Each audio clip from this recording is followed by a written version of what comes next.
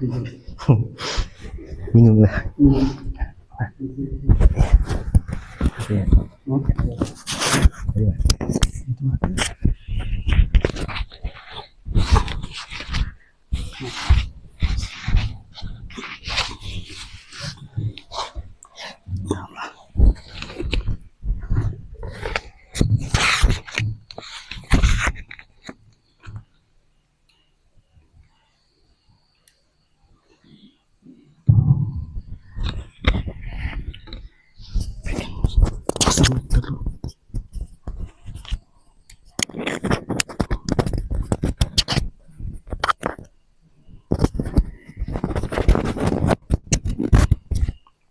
Ya.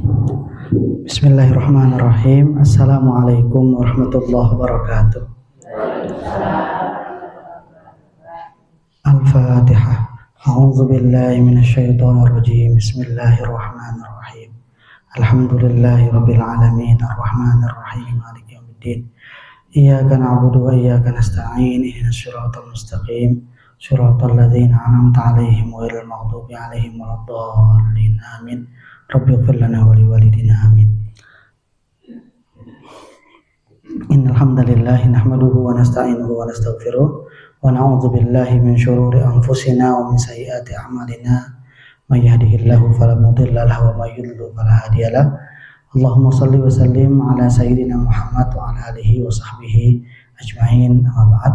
Hadratul muhtaramin wal muhtaramat, para sepuh, bini sepuh, alimul ulama, para tokoh masyarakat, ibu-ibu, bapak-bapak semua yang sama dimuliakan Allah Subhanahu wa taala. Puji syukur atas seluruh nikmat yang telah Allah berikan kepada kita. Kita diberikan nikmat sehat. Sehat semua, Bu? Ya. Alhamdulillah. Oke. Walaupun sakit jawabannya sehat. Walaupun boyoknya kerasa jawabannya sehat. Oke, pokoknya sehat deh. Oke. Fisiknya kurang sehat tapi pikirannya sehat, dah gitu aja. Alhamdulillah ya Allah berikan nikmat sehat walafiat, waktu luang, umur panjang, murah rezeki, ya. Keluarga yang tentram, ya, anak-anak yang soleh soleha, pasangan yang memperhatikan, yang setia bersama, kemudian masyarakat yang guyup rukun, ya, semuanya, alam yang asri, semuanya adalah nikmat yang Allah berikan kepada kita. Dan wabil khusus ibu-ibu bapak sekalian, nikmat yang paling agung adalah pada malam hari ini kita dipilih oleh Allah Subhanahu wa taala untuk bisa datang ke majelis ilmu, ya, untuk bisa datang ke majelis ilmu.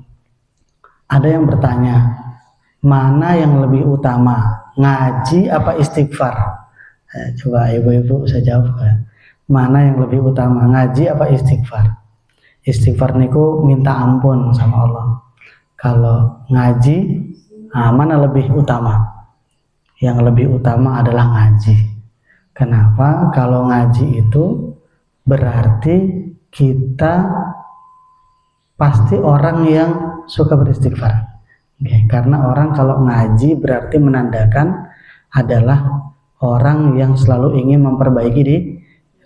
Orang yang selalu ingin memperbaiki diri artinya dia memandang dirinya banyak salah dan kurang. Itu satu. Yang kedua, wahafathumul malaikah. Selama kita ngaji, para malaikat akan membersamai kita. Ngapain mereka? Selama majelis ta'lim ini berlangsung, selama ngaji ini berlangsung, maka selama itu pula para malaikat memintakan ampun kepada Allah atas dosa-dosa kita. Nah, kan itu luar biasa ya Bapak Ibu sekalian. Oke, kalau kita minta ampun sama Allah, bisa diampuni bisa tidak. Wong kita kadang minta ampunnya tulus, kadang tidak. Tapi kalau yang minta ampunnya malaikat, kira-kira diampuni nggak sama Allah? Diampuni, karena malaikat itu sifatnya apa? Al-muqarrabun, yang dekat dengan Allah. Oke, jadi kita kalau ngaji itu kita didoakan oleh malaikat. Dosa-dosa kita dimintakan ampun oleh malaikat. Masya Allah. Moga-moga selama ngaji ini berapa jam, Bu? Ngajinya? 2 jam. Sejam. Jangan ya, ngaji jangan lama-lama Bu. Nggak boleh ngaji lama-lama, itu nggak boleh. Nggak baik. Ngaji itu sebentar tapi sering. Nah, mending ngaji 10 menit setiap hari apa ngaji 1 jam setahun sekali. Nah, itu. Ngaji itu sebentar-sebentar aja, nggak usah lama-lama kan gitu ya. Ya, jadi kita sebentar aja. Oke. Paling berapa Mas Ayat? Nanti di videonya kalau udah 15 menit kasih kode ya. Oke. Kita 15 menit nanti sambung tanya jawab. Oke. Bismillahirrahmanirrahim. Ini pembahasannya Bapak Ibu sekalian, kita coba bagi ke dalam 2 bagian ya. Bagian yang pertama kita coba ngaji tafsir, kita baca Al-Quran, coba cari tahu maknanya. Oke. Kemudian nanti bagian kedua, nanti coba saya jabarkan ulas secara ringkas tentang tata cara beribadah atau sering dikenal dengan istilah fikih ya, fikih. Baik, bismillahirrahmanirrahim. Surat yang akan kita baca dan akan kita pelajari adalah surat An-Nazi'at. An-Nazi'at ya, surat An-Nazi'at ini penjelasannya terbagi ke dalam 4 bagian. Nah, untuk pertemuan kali ini 1 bagian aja. Berarti surat An-Nazi'at kira-kira selesai 4 bulan lagi. Ya, soalnya ngajinya kan sebulan sekali. Jadi surat An-Nazi'at kita selesaikan dalam waktu 4 bulan. 4 bulan. Sekarang bagian yang pertama. Bagian yang pertama itu dari ayat pertama sampai ayat 14. Bismillahirrahmanirrahim. Wan nazi'ati gharqa wan nasyitati nashta. Demi para pencabut yang mencabut dengan paksa. Demi para pencabut yang mencabut dengan lemah lembut. Siapa ini? Kan Allah bersumpah dengan nama salah satu daripada makhluknya. Ayat pertama, makhluk yang Allah tugaskan untuk mencabut dengan paksa. Di ayat kedua, makhluk Allah yang Allah tugaskan untuk mencabut dengan lemah lembut, pelan-pelan. Siapa yang pertama, siapa yang kedua? Oke. Ya, siapa Bu? Yang pertama dan yang kedua adalah makhluk yang sama, yaitu malaikat Israil, malaikat pencabut nyawa. Malaikat Israil itu ada berapa? 1 atau banyak? 1. Lah kalau ada orang janglot meninggal, terus di waktu yang sama ada orang Amerika meninggal, terus gimana? What gitu ya. Nah itu kalau 2. Lah kalau 3, di Arab 1, di Cina 1, mubeng terus itu, gimana? Saya kebetulan belum pernah ketemu sama malaikat Israil. Cuman beberapa penjelasan tentang malaikat yang kita pelajari memberitahu kita satu kesimpulan bahwa yang disebut dengan Israil itu adalah sekelompok malaikat yang ditugaskan mencabut nyawa. Malaikatnya banyak, sama seperti malaikat penjaga neraka. Nah, siapa namanya? Malaikat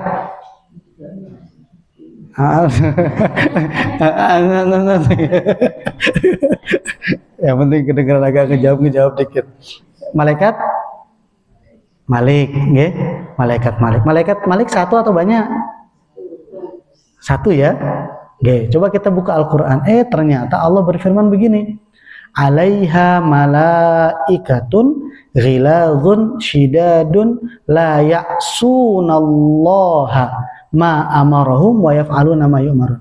Kata Allah, di atas malaikat itu, di atas neraka itu ada para malaikat yang menjaga neraka, galak, serem, ya, mentaati apa yang Allah perintahkan, dan mereka tidak membantah apa yang Allah suruh, apa yang Allah perintahkan.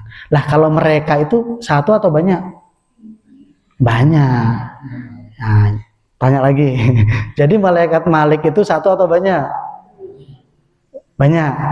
Ya. Jadi paling tidak para ulama terbagi ke dalam dua kelompok.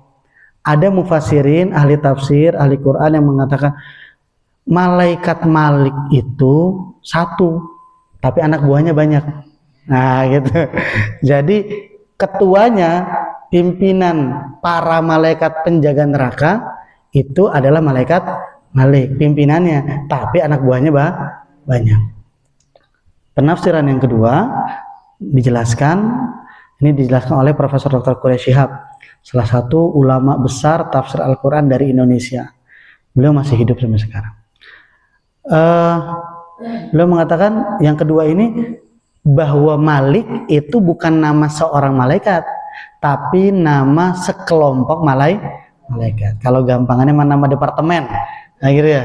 Ada departemen, itu departemen Malik. Ya, berarti ini departemen isinya malaikat-malaikat yang mengurusi penjagaan neraka. Ada itu kelompok-kelompok, termasuk Israel. Nah, bisa kita katakan malaikat pencabut nyawa itu banyak, pimpinan malaikat Israel. Atau kemungkinan kedua, sekumpulan malaikat yang tugasnya mencabut nyawa itu nama kumpulan malaikatnya, departemennya disebut Israel. Oke. Mana yang benar? Nggak usah dicari tahu, Bu. Oke. Nanti juga ketemu, ya. Nggak usah terlalu penasaran. Nanti juga ketemu, insya Allah. Insya Allah semua ketemu. Boleh ibu duluan, saya belakangan, boleh. Saya belakangan, ibu duluan, boleh. Nggak apa-apa. Kita semua pasti meninggal, Bu, ya.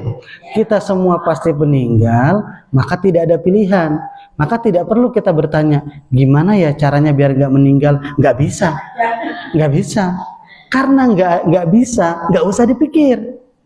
Pikir yang bisa kita lakukan. Apa? Bagaimana cara kita meninggal? Nah, itu. Bagaimana cara kita meninggal? Seperti apa akhir dari kehidupan kita? Ada dua pilihan. Pilihan yang pertama, akhir kehidupan wan nazi'ati gharqa. Yaitu kita termasuk orang yang Allah utus malaikat Israel mencabut nyawa kita dan diperintahkan mencabutnya dengan paksa. Atau kita pilih kelompok kedua, kelompok orang-orang yang wan nasyitati nashta. Allah utus malaikat Israel kepada mereka, kepada kita, misalkan kita kelompok kedua nih, dan Allah perintahkan mencabutnya dengan lemah lembut. Nah, ibu-ibu milih jadi kelompok yang pertama apa kedua? Yang dipaksa apa lemah lembut? Lemah lembut, ge?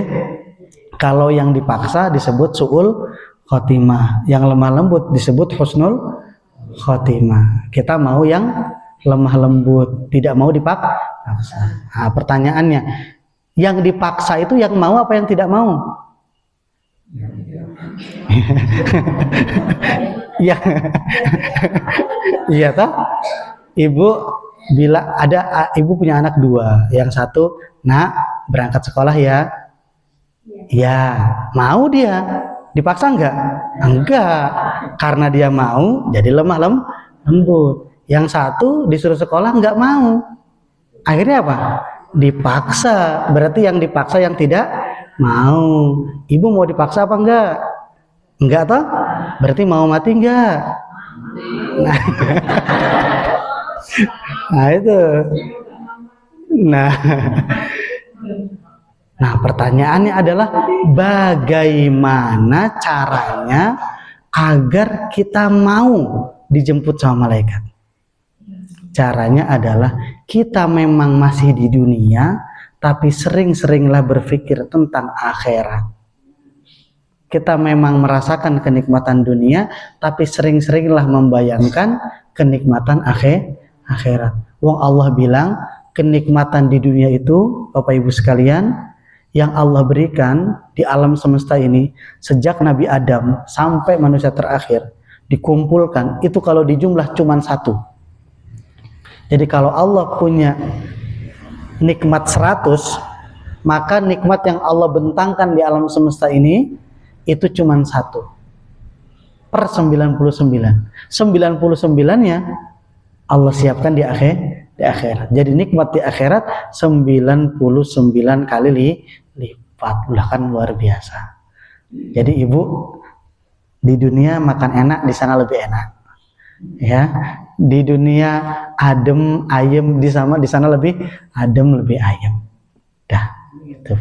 Di sini panen telo, di sana panen telo. Cuman di sini panen boyoke kena, ya kan? Kalau di sana enggak. Ya, boyoke kerasa kalau di sini. Ya panen ya kerasa, ya kan? Kalau di sana ya panen aja, tapi enggak kerasa. Gitu. Jadi nikmat. Kalau di dunia itu selalu nikmat itu dibersamai dengan tidak nikmat pasti. Kalau di sana tinggal nikmatnya saja.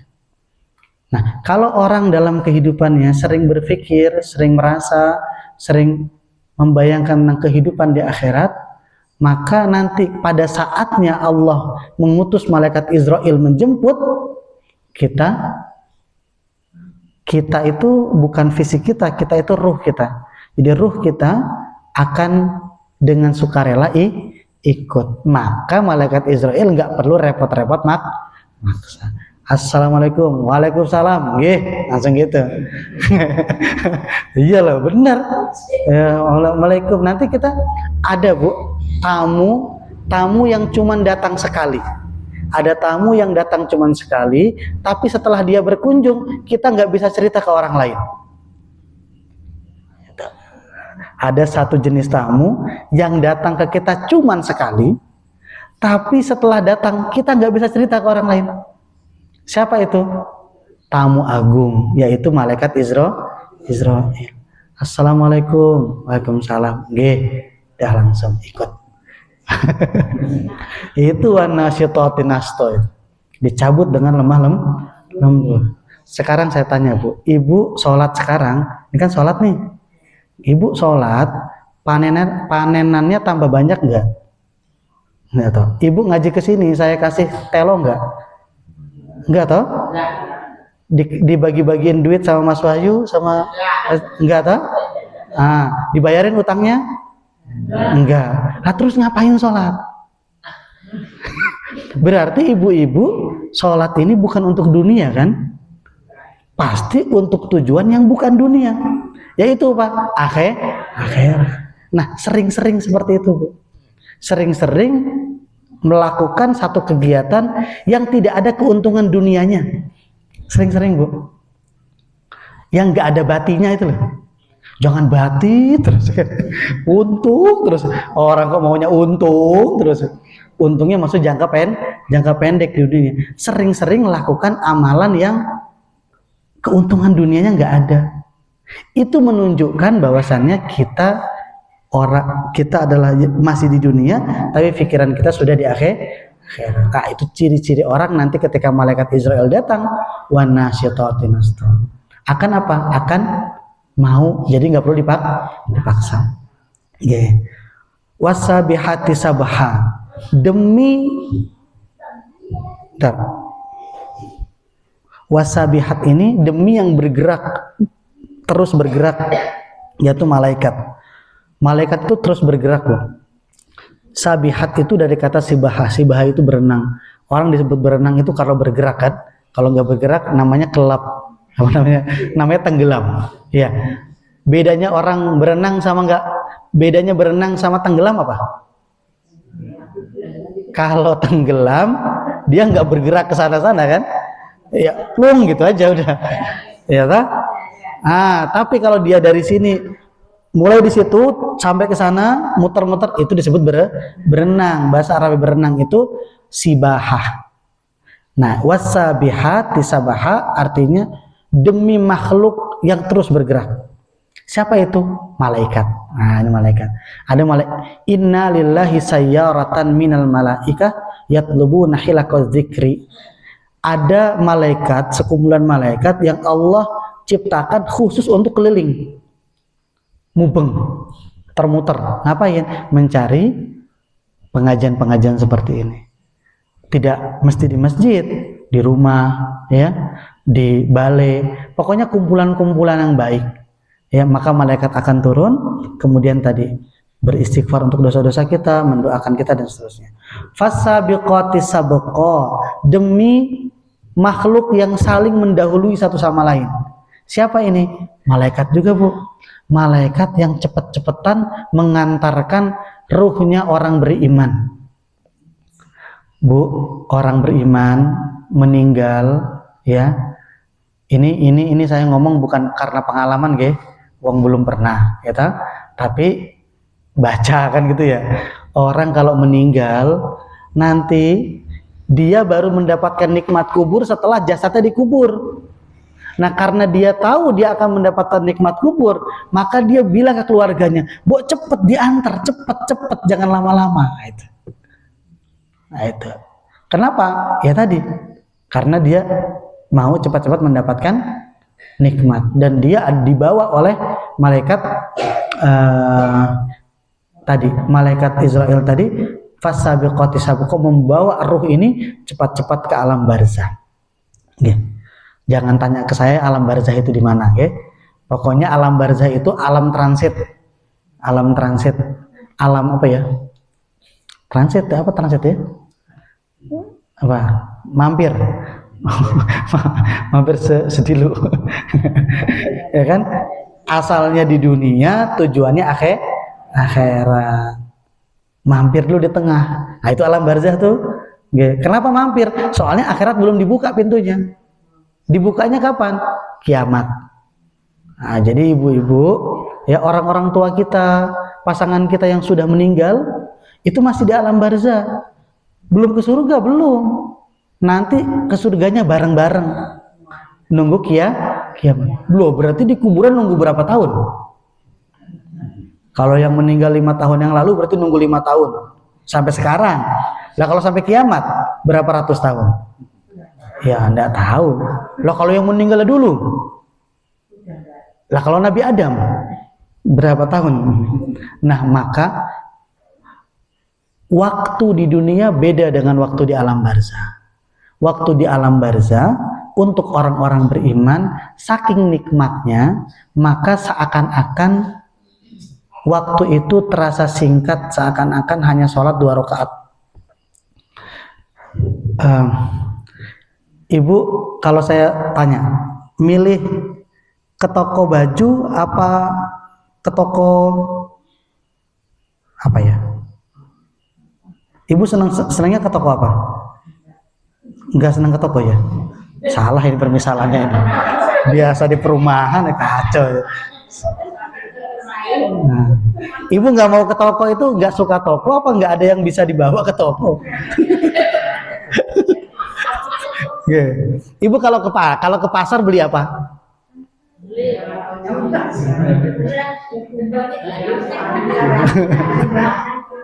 Beli sayur, Saya alhamdulillah dapat beli sayur ya. Ibu-ibu ajak suaminya ikut beli sayur. Mesti suaminya ngomong, "Bu, cepet Bu." Gitu. Cabe sama aja cabe itu, nggak usah dipilih-pilih, kan gitu ya. Ya kan? Jadi ibu sama bapak di satu tempat, di waktu yang sama, tapi rasanya beda. "Oh, baru sebentar kok," kata ibu. Kata bapaknya, "Kok lama banget?" Padahal sama-sama baru 10 menit. Ya kan? Tapi ibu mengerjakan apa yang ibu senangi di sana. Maka yang lama terasa sebentar. Bahwa bapak nggak seneng ke toko sayur itu, ya, ke pasar beli sayur itu. Maka yang sebentar kerasanya lama. Kalau seneng lama terasa sebentar. Nah, saking nikmat dan senangnya orang-orang beriman di alam barzah, ratusan tahun mereka menunggu hari kiamat tiba, rasanya cuman seperti sholat 2 rakaat. Itu. Maka alhamdulillah kita termasuk orang-orang yang beriman. Alhamdulillah orang-orang tua kita beriman. Kita doakan semoga orang-orang tua kita yang telah mendahului kita semua mendapatkan rahmat Allah Subhanahu wa taala. Ya, kita, tetangga kita, anak turunan kita, cucu kita senantiasa dalam hidayah Allah Subhanahu wa taala. Baru sampai ayat keempat. Wah, ini bukan 4 bulan ini. Setahun ini. Udah berapa menit tuh? 2000. Wah, tuh kan. Wah, udah setahun ini. Setahun ya. Dah, satu lagi.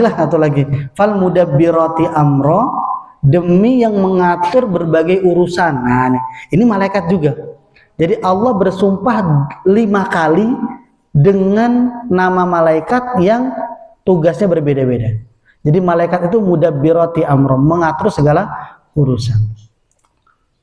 Ada malaikat yang menurunkan hujan, ya, membagikan rezeki. Namanya malaikat apa? Mikail. Orang Jawa nyebutnya apa? Dewi Sri. Iya. Yang apa namanya? Padi kan? Itu malaikat Mikail itu.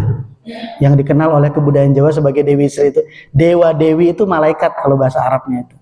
Maka malaikat itu dihormati tapi tidak boleh disembah.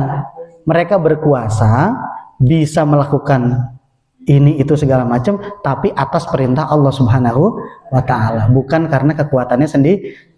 Jadi kalau minta sama dewa dewi salah, mintanya sama bosnya Gusti Allah, ya ta? Sama Tuhannya yang mengutus malaikat-malaikat itu. Nah, para malaikat itu Bapak Ibu sekalian mengatur segala urusan, semuanya diatur. Allah menurunkan hujan, suruh malaikat. Allah mengatur lautan, suruh malaikat. Makanya Allah begini, Allah kan yang menurunkan Al-Quran, Allah yang menurunkan hujan sendiri kan, tapi Allah katakan sesungguhnya kami menurunkan hujan. Sesungguhnya kami menurunkan Al-Quran, sesungguhnya kami menciptakan manusia. Loh, kan yang menciptakan manusia Allah sendiri tahu. Kok Allah bilang kami? Siapa kami itu, Bu? Siapa? Kami itu satu atau banyak? Banyak ya. Kalau saya satu. Kalau saya nyebut kami, ya berarti saya sama Mas Ajat, sama Mas Wahyu kan, kami itu banyak. Lah Allah ketika menjelaskan tentang perbuatannya, Allah bilang kami, nggak bilang saya. Berarti Allah nggak sendiri. Sama siapa Allah? Sama makhluknya. Ya. Tapi Allah melibatkan makhluknya dalam perbuatannya bukan karena Allah tidak mampu, tapi karena kebijaksanaan Allah. Bercontoh Bu ya, Inna khalaqnakum, kata Allah, sesungguhnya kami menciptakan kalian. Kita diciptakan sama Allah. Allah menciptakan kita nggih? Cuman Allah sendiri menciptakan kita. Tapi Allah bilangnya kami. Nah, berarti Allah menciptakan kita bareng siapa? Siapa yang terlibat dalam penciptaan kita? Ibu-ibu lahir dari ibu apa tiba-tiba muncul? Tiba-tiba ada bayi di situ, ting gitu, ting gitu. Apa lahir? Lahir nggih? Lahir setelah seorang perempuan menikah dengan laki-laki toh, berhubungan, akhirnya lahir bayi. Berarti Allah dalam menciptakan manusia melibatkan bapak dan ibu kita. Nah itu, Allah melibatkan bapak dan ibu kita. Maka Allah menyebutkan kami menciptakan manusia. Maksudnya kami itu Allah yang menciptakan, kekuasaan Allah, tapi dalam berbuat itu Allah menyertakan, ada sebab musababnya. Bukan karena Allah nggak mampu, Allah mampu nyiptain tanpa perantara. Contohnya Nabi Adam. Siapa bapaknya Nabi Adam, Bu? Siapa bapaknya Nabi Adam? Nggak ada. Siapa ibunya Nabi Adam? Nggak ada. Allah mampu. Nabi Isa, siapa bapaknya? Nggak ada. Ibunya Siti Maryam. Allah mampu menciptakan manusia tanpa bapak dan tanpa ibu. Langsung, ada. Bisa. Allah bisa menciptakan manusia tanpa ayah, cukup ibu saja. Tiba-tiba dalam kandungannya sudah ada janin. Bisa.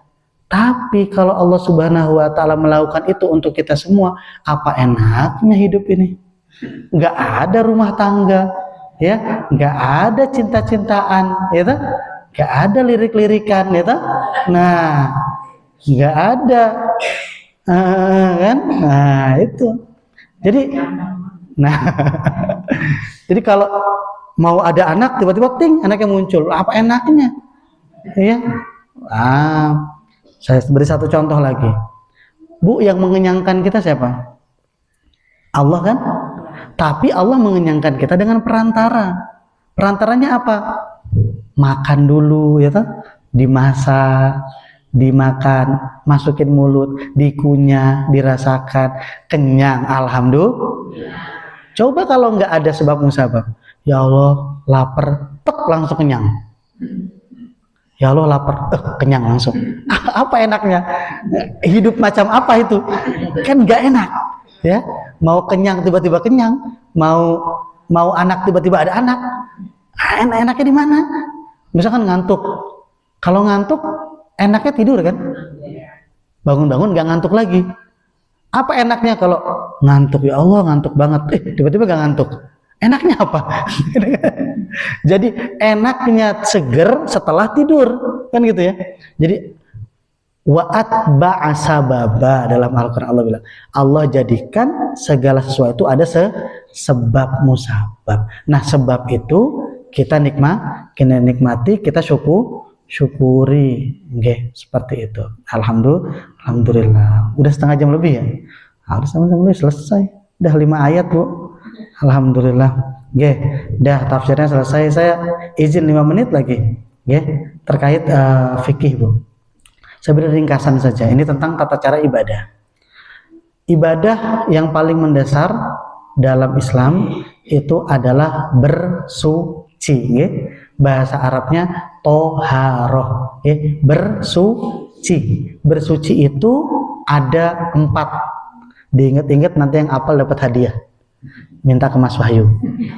Yang pertama, bersuci dari hadas besar. Caranya mandi. Hadas besar itu apa? Ngapunten, Bapak Ibu berhubungan suami istri, itu hadas besar. Kalau setelah berhubungan mau sholat, mandi dulu. Mandi. Yang kedua, bersuci dari hadas kecil. Caranya bagaimana? Wudu. Hadas kecil itu apa? Ngapunten, kentut, pipis, buang air besar. Terus apa lagi Bu? Bersentuhan dengan lawan jenis yang bukan keluarga. Maksudnya bukan keluarga itu sak janglot keluarga ya maksudnya. Bukan itu maksudnya ya.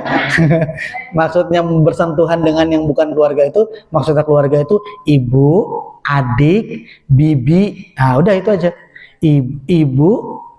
Ibu nenek ke atas, anak cucu ke bawah, kemudian bibi. Kalau saudara, saudarinya ibu atau saudarinya bapak. Sebutannya apa? Bude, Pak De, bule, ya, bule, wale, itu. Kalau bersentuhan sama mereka nggak apa-apa, nggak batal. Tapi selain mereka batal. Kalau kulit ketemu kulit, tapi kalau kulit ketemu kain nggak batal. Ya, ini tangan perempuan, ini tangan laki-laki, senggolan, nggak batal, karena ada kainnya. Nah. Ya, tapi kalau kulit ketemu kulit batal.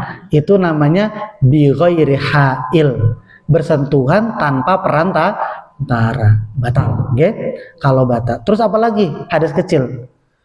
Ngapunten, memegang kemaluan.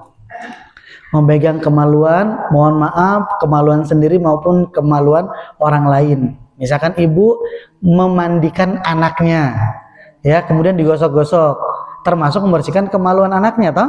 Nyebokin misalkan, batal wudunya.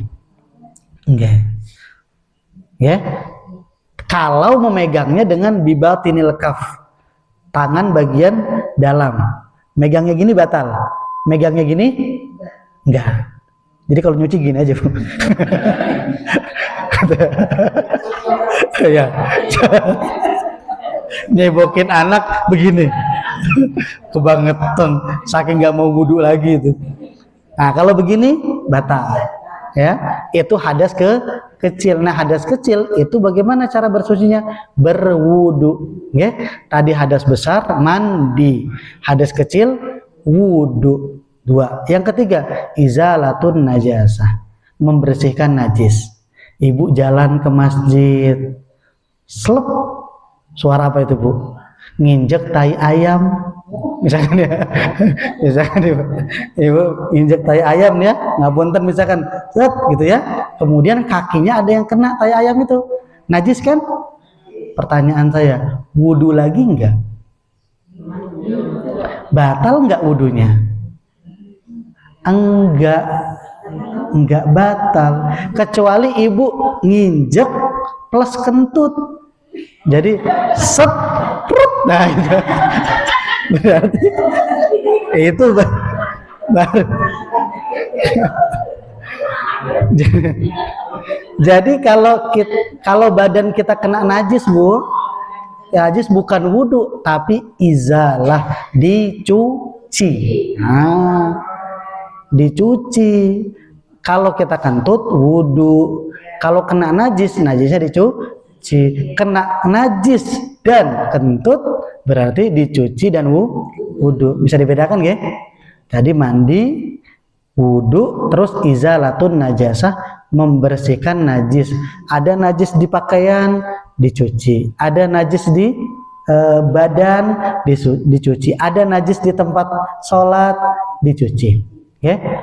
Yang keempat, kalau mau wudhu, mau mandi, tidak ada air, apa yang dilakukan? Cari air. Cari dulu. Jangan main tayamum aja. Cari dulu kan, sudah dicari nggak dapat, baru tayamum. Nah, kalau tayamum dengan debu, yaitu pengganti wudhu tapi tidak setara, Bu. Kalau wudhu itu satu kali wudhu bisa untuk berkali-kali sholat. Contoh, ibu mau maghrib, wudhu, ya toh, sholat maghrib. Habis sholat maghrib, ibu ngaji sampai azan isya, belum kentut, ya belum batal. Sholat isyanya perlu wudhu lagi nggak usah. Walaupun kalau mau wudhu lagi biar seger, boleh, tapi nggak harus. Jadi satu wudhu bisa untuk dua sholat. Tapi kalau tayamum nggak bisa. Kalau tayamum, ibu mau sholat maghrib nggak ada air, tayamum. Ya. Nanti mau sholat isya, tayamum lagi, cari air lagi. Kalau nggak ada, tayamum lagi, kemudian sholat. Jadi satu wudhu bisa untuk berapapun sholat, 2 kali, 3 kali. Misalkan ibu wudhu subuh, terus seharian sampai isya nggak kentut-kentut, misalkan, ya udah nggak usah, nggak kentut, nggak buang air besar, nggak buang air kecil, enggak misalkan, ya, enggak bersentuhan dengan lawan jenis, enggak nyebokin anak, enggak. Udah, ibu wudhu sekali untuk sholat subuh, zuhur, asar, maghrib, isya.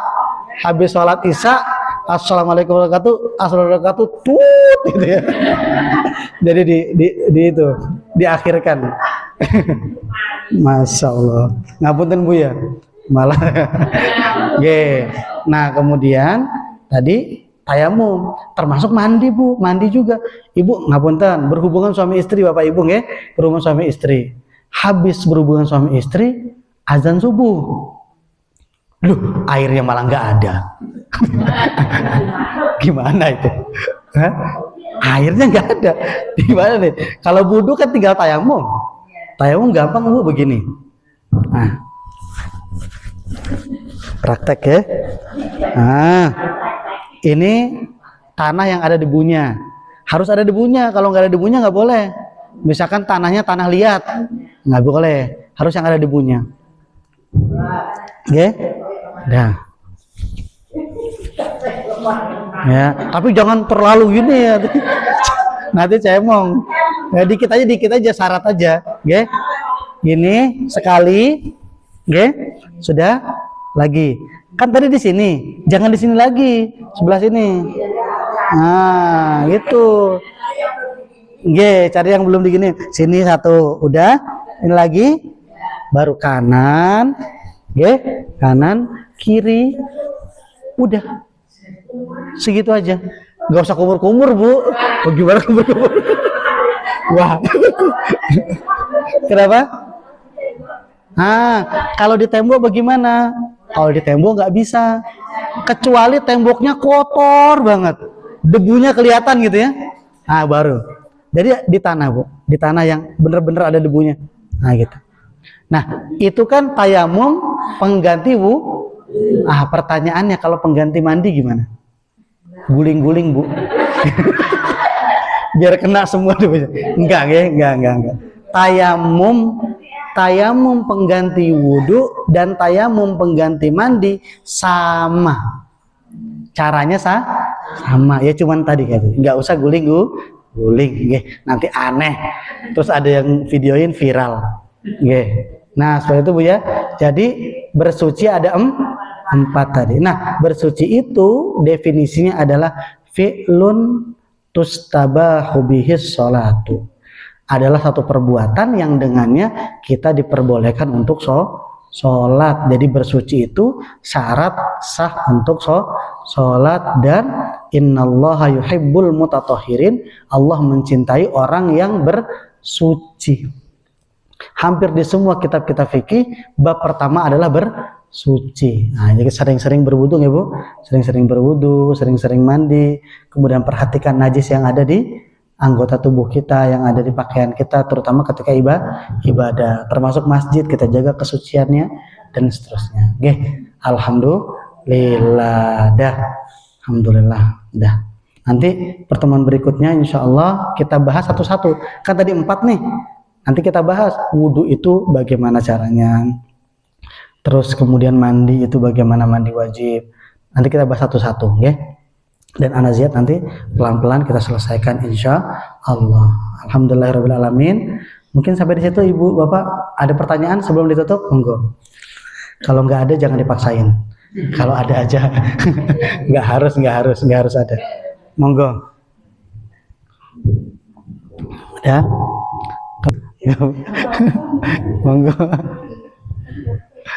Monggo. Mas Ajat ada pertanyaan? Kalau Mas Ajat nanya suka aneh-aneh. Oh iya, tadi gamelan gitu, Mas Ajat, gamelan. Bu, bahkan ada satu nabi yang mukjizatnya adalah suaranya sangat indah dan memiliki alat musik yang sangat terdengar merdu. Namanya Nabi Daud. Nabi Daud itu salah satu mukjizatnya adalah mizmar. Mizmar itu kalau sekarang seruling. Seruling Nabi Daud itu sangat indah. Ya. Innallaha jamilun yuhibbul jamal. Allah itu indah dan menyukai keindahan. Keindahan itu dapat ditangkap oleh mata, oleh apa lagi? Oleh pengecap rasa, termasuk oleh telinga. Kalau pemandangan itu keindahan ditangkap oleh apa? Oleh mata, oleh mata. Kalau suara yang indah ditangkap oleh, jadi semua yang indah oleh mata, oleh telinga, membawa rasa kebahagiaan, itu Allah cinta. Jadi innallaha jamilun yuhibbul jamal. Allah itu maha indah dan menyukai keindahan. Dan gamelan itu sangat indah, sangat enak. Mas Wahyu update status toh lagi gamelan. Kan ibu-ibu lagi gamelan tuh, tangdong toh. Habis itu di video sama Mas Wahyu. Habis itu buat status WA loh Bu. Nah, habis itu tak komen, Mas aku boleh ikut enggak? Gitu tak bilang. Mas Wahyu, kata Mas Wahyu, loh ini khusus untuk yang tua-tua gitu kata Mas Wahyu. Jadi ibu-ibu dianggap tua. Yang tua-tua Mas. Habis itu saya bilang, saya siap menjadi tua demi diterima di komunitas, saya bilang gitu. Biar diterima sama ibu-ibu, ikut tangtung, saya siap jadi tua. Karena itu, kenapa? Emang yang muda ada? Nggak asik tapi.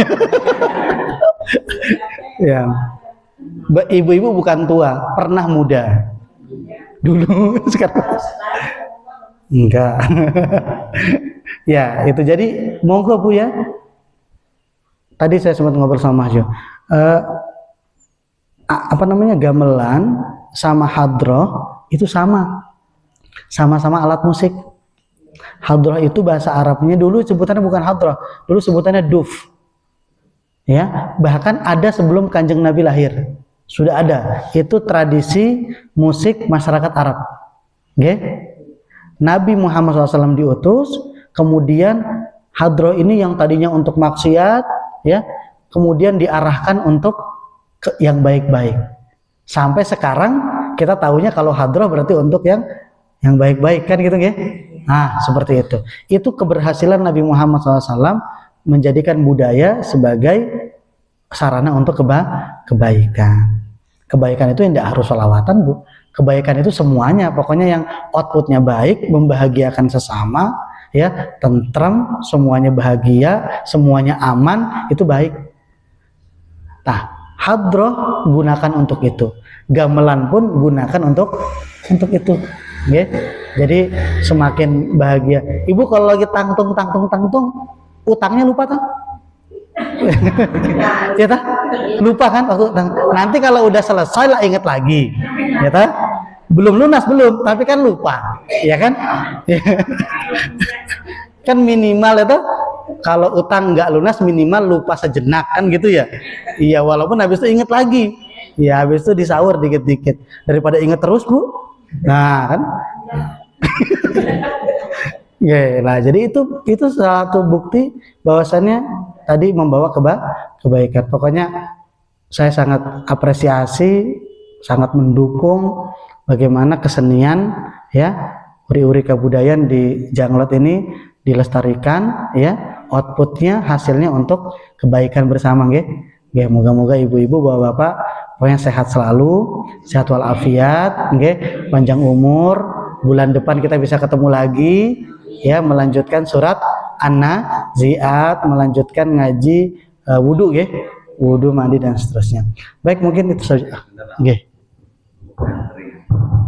Kadang ada guyonan nakal mungkin dari agama lain, atau mungkin ya sama muslim hanya guyonan tapi kok agak nakal dan membutuhkan jawaban yang sepertinya itu harus logikanya gimana biar masuk. Kadang kalau orang kentut itu kan lewatnya kan jelas itu. Harusnya itu kalau mau sholat yang habiskan itu bukan malah tangan tapi jawaban yang sesuai dengan gimana. Orang agama lain dengan Islam, untuk itu bersih pun masih bersih tangan, Ini kalau soal perkentutan ini memang agak repot ya. Soal perkentutan. Yang pertama, Bapak Ibu sekalian, ini ada penjelasan fikihnya. Jadi yang keluar dari depan dan belakang itu najis, nggih? Bener ya? Jadi ada bilangnya kullu ma kharaja minas sabilaini najisun, segala sesuatu yang keluar dari kullu ma'in kharaja minas sabil najisun, semua yang keluar dari depan, belakang itu najis. Kalau yang keluar itu ngapunten padat atau cair. Alhamdulillah. Tidak dimasukkan ke dalamnya gas. Ya. Kalau gas, kentut itu gas kan? Kentut itu padat apa cair? Angin tuh. Iya, tidak padat, tidak cair, kecuali sambil kentut ada yang ikut. Lain lagi itu. Wah, kacau dong bahasanya. Iya, wah itu berarti yang salah yang ikut itu, nggak diajak kok ikut-ikut, ya. Tapi kalau cuman kentut aja, gas kan? Nah, gas itu tidak masuk kategori dalam fikih ma'in, tidak termasuk ma'in. Artinya tidak najis. Karena tidak najis, maka tidak perlu dibersihkan, tidak perlu cebok, ya. Sebagaimana buang air besar. Karena dia tidak najis, maka dia tidak dibersihkan. Ibu-ibu kalau kentut, cebok nggak? Enggak lah, repot toh. Coba kalau kentut cebok bagaimana? Coba misalkan gas kentut itu najis, kan konsekuensinya bukan cuma cebok, Bu, celananya dicuci. Coba, wah susah urusan ya. Kentut, cebok, celana dicuci, bas repot, ya toh?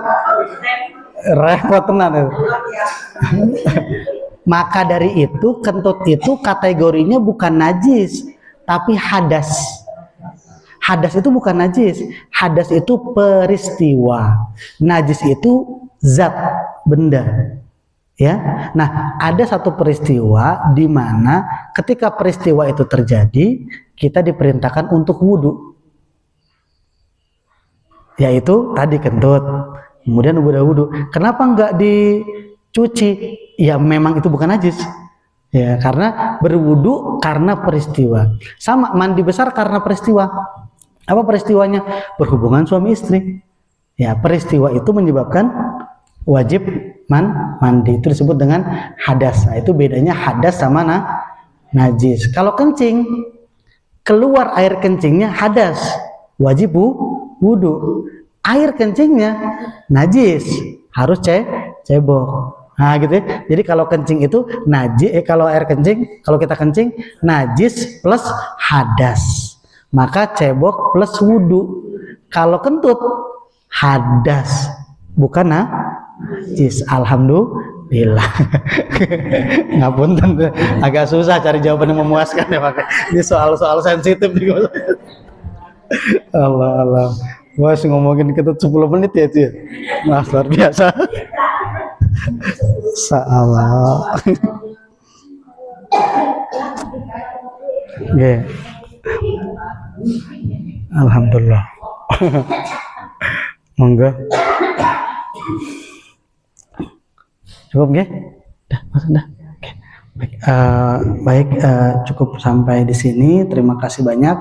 Mari kita tutup bersama dengan membaca doanya. Allahumma salli wa sallim ala sayyidina Muhammadin fil awwalin, Allahumma salli wa sallim ala sayyidina Muhammadin fil akhirin, wa sallim radhiyallahu tabaraka wa ta'ala an kulli sahabati Rasulillah ajma'in. Alhamdulillahirabbil alamin, hamdan syakirin, hamdan na'imin, hamdan yuwafi ni'amahu wa yukafi'u mazidah. Ya Rabbana lakal hamdu kama yanbaghi li jalalika wajhikal karim wa 'azimi sultanik. Allahumma salli wa sallim wa barik ala habibika wa nabiyyika Muhammad wa ala alihi wa sahbihi ajma'in. Allahumma 'allimna bima yanfa'una wanfa'na bima 'allamtana wa zidna ilma. Allahumma anzilir rahmata wal maghfirata 'alaina. Allahumma anzilir rahmata wal maghfirata 'alaina. Allahumma anzilir rahmata wal maghfirata wal hidayata 'alaina wa 'ala kulli ahli hadhihi al-qaryah ya Allah. Amin amin ya rabbal alamin. Rabbana atina fid dunya hasanah wa fil akhirati hasanah wa qina adzaban nar. Bifadli subhana rabbika rabbil izzati amma yasifun wa salamun alal mursalin walhamdulillahi rabbil alamin. Lebih kurangnya mohon maaf. Terima kasih banyak. Assalamualaikum warahmatullahi wabarakatuh.